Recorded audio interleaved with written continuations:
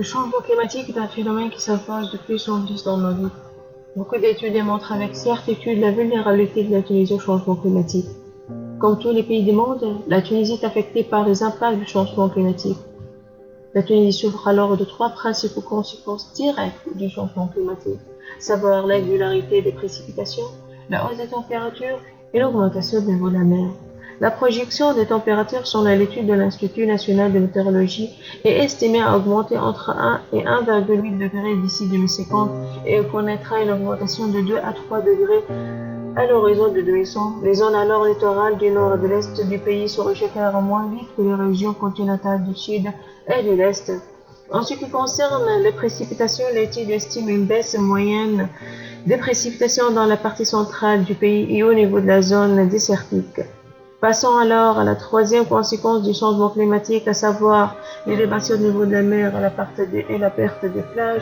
L'étude de l'Institut national de météorologie estime que le niveau de la mer connaîtrait une élévation accélérée sous l'effet de réchauffement planétaire couplé à l'action anthropique et aux activités humaines. Le niveau de la mer ne cesse d'augmenter sur les côtes tunisiennes, provoquant un phénomène continu de recul progressif de traits de côtes et des plages estimés de 20 à 135 cm. Bien sûr, c'est selon les littoraux et les régions, induisant ainsi un risque de submersion pour plus de 3000 hectares de zones résidentielles. D'après la note de recherche publiée par l'agence de notation Moody's en 2020, la Tunisie figure dans la liste de 32 pays les plus sujets à la montée du niveau de la mer.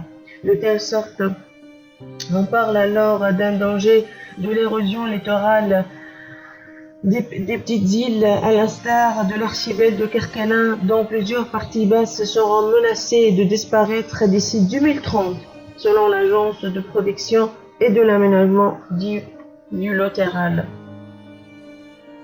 Sans oublier les impacts indirects qui sont aussi graves et qui causent déjà des bouleversements importants dans les différents secteurs socio-économiques, dont parmi la pénurie des ressources d'eau souterraines à cause de la sécheresse et la surexploitation des nappes générées par la baisse de la pluviométrie et des hivers de plus en plus secs sur tout le pays. Selon le rapport publié en 2020 auprès de l'Institut des ressources mondiales, la Tunisie est classée parmi les pays exposés à un stress hydrique élevé, ce qui provoque la baisse progressive de la végétation et l'avancée du désert dans les régions limitrophes de l'étage climatique saharien. Les changements climatiques sont en train de menacer la sécurité alimentaire en réduisant considérablement la quantité d'eau.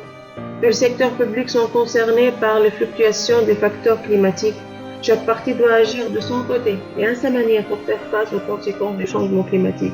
Il reste alors à noter que le changement climatique n'est pas le seul à blâmer.